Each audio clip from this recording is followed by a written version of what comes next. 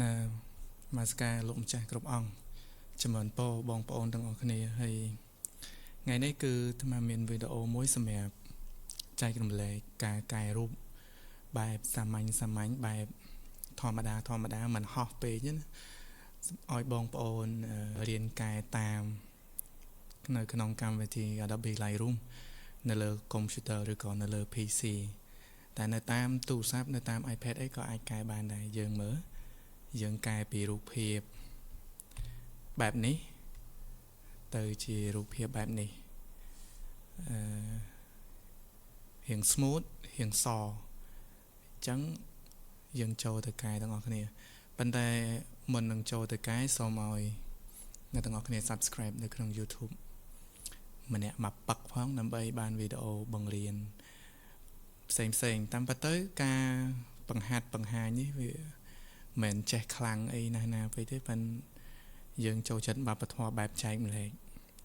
អញ្ចឹងយើងចូលទៅក្នុង Adobe Lightroom ទាំងអស់គ្នាយើងមានផ្ទាំងរូបភាពរបស់យើងមួយស្លឹកនេះផ្ទាំងរូបភាពថ្មីដែលអត់ទាន់កែវាបែបហ្នឹងណាអញ្ចឹងយើងទៅកែទាំងអស់គ្នាពីដំបូងយើងបើសិនជាយើងមាន preset ដែលយើងបានចងហើយនេះតែនេះ preset របស់អាត្មាបានចងហើយ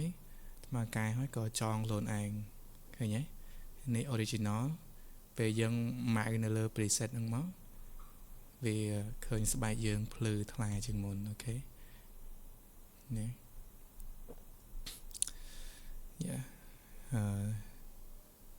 បន្ទាប់មកទៀតយើង zoom តិចមកយើងម៉ៅនៅលើម៉ាស់នេះអានេះ subject អានេះ background អញ្ចឹងយើងកែទៅលើ subject យើងមុនយើងមកលើ subject មកពេលដែលយើងមកលើ subject ហ្នឹងគឺយើងកែទៅលើ subject ដែលយើងបាន select ពណ៌ក្រហមហ្នឹងទេអញ្ចឹងយើងមើលទៅលើ exposure របស់យើងគេហៅថាពលឺសម្រាប់អាត្មាគិតថាបូកធំ40បានវាសមរម្យហើយ contrast ដូចគ្នាអញ្ចឹងនេះ contrast វាអញ្ចឹងពិបាកបញ្យល់ជាខ្មែរហ្នឹងគេថាមិនដែរភាពដិតណាភាពដិតរបស់រូបភាពយើងឆ្លាញ់ប៉ុណ្ណាយើងដាក់ប៉ុណ្ណឹងប៉ុនសម្រាប់អាត្មាដាក់17ហើយ highlight កន្លែងដែលភ្លឺខ្លាំងហើយកន្លែងដែលខ្សោយពលឺយើងអាចលេងតាមអីដែលយើងចង់បាន shadow ដូចគ្នាសមោកន្លែងល្ងិតកន្លែងខ្មៅអីហ្នឹងយើងលេងតាមអីដែលយើងចង់លេងហើយ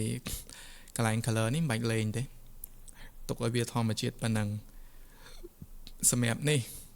ធ្វើឲ្យស្បែកយើង smooth នេះអាហ្នឹងអ្នកមានស្នាមមុខមានមុនមានស្នាមអីយើងអាចកែកន្លែងហ្នឹងបានសម្រាប់អាត្មាគឺយកដក18ហើយកន្លែងនេះកុំឲ្យវាហោះពេកយើងយកដក12បានហើយ sharpness នេះគឺភាពច្បាស់នៃរូបភាពឃើញទេអញ្ចឹងបើរូបភាពយើងថតចេញពីកាមេរ៉ាដែលវាមាន megapixel ខ្ពស់ហើយយើងមិនបាច់លេងវាក៏បានដែរតែបើយើងថតពីទូរស័ព្ទមុំយើងលេងកន្លែងហ្នឹងដើម្បីឲ្យរូបភាពយើងកាន់តែច្បាស់ល្អ noise នេះដូចគ្នាអញ្ចឹងណាភាសាអង់គ្លេស noise ភាសាខ្មែរអាអុចព្រើដូចពងតកៅទឹកអីហ្នឹងគេហៅ noise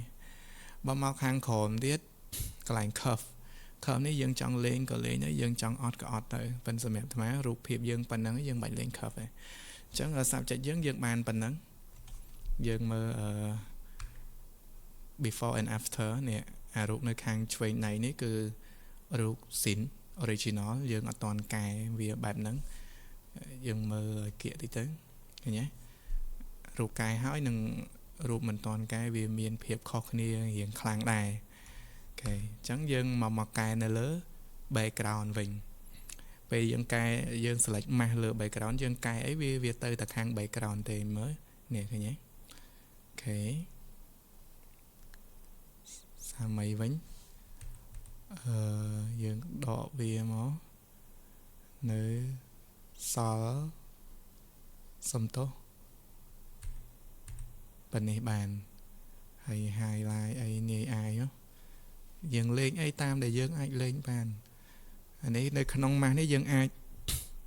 បង្កើត mask នៅក្នុងនឹងច្រើនមាន select subject select sky មាន select background មាន select people មាន brush មាន object មាន liner gradient អីជាដើមតាមដែលយើងចង់លេងណាឥឡូវអាត្មាសាកលេង select background មួយអូខេថាតើយើងនេះ dương sẽ rong ấy về load tới ta background dương anh chẳng từ đôi chỉ nè tập ban năng thế bộ ấy đại dương trong bán cư ban năng ấy admin ấy chần chừng năng lời dương mà mơ before and after nên cho background với dương cái này hỏi before after chẳng dương man rụt hiệp mùi tiết đại việc khó bị rụt hiệp đam ọt khó khăn bê thế này các anh mơ tới vì nơi thay ra xa tùm rung đam tà đáy còn để dương phá bắt đầu sẽ bài để subject bồi dưỡng vì hiện sạp tới chỉ plư thà nên dương sao tới dương mai sẽ đam mối vô bị export này nơi cái này ní dương ai đã watermark bàn watermark để chỉ cầm mà sật rụp hiệp bỏ vì nè bạc cả chẳng nó bên mẹ thằng mà miền đấy chẳng bạch đã watermark đây chẳng bây giờ dương xéo việc bên hơi dương mà mơ hụt hiệp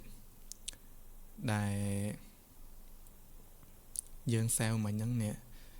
mấy tham sao cho lần này ok nè rụp hiệp đại dương ban sao mình nhấn khơi nhé ban đăng ảnh chẳng miền trồng ngò lấy ai xua nơi trong comment khăn còng bán hay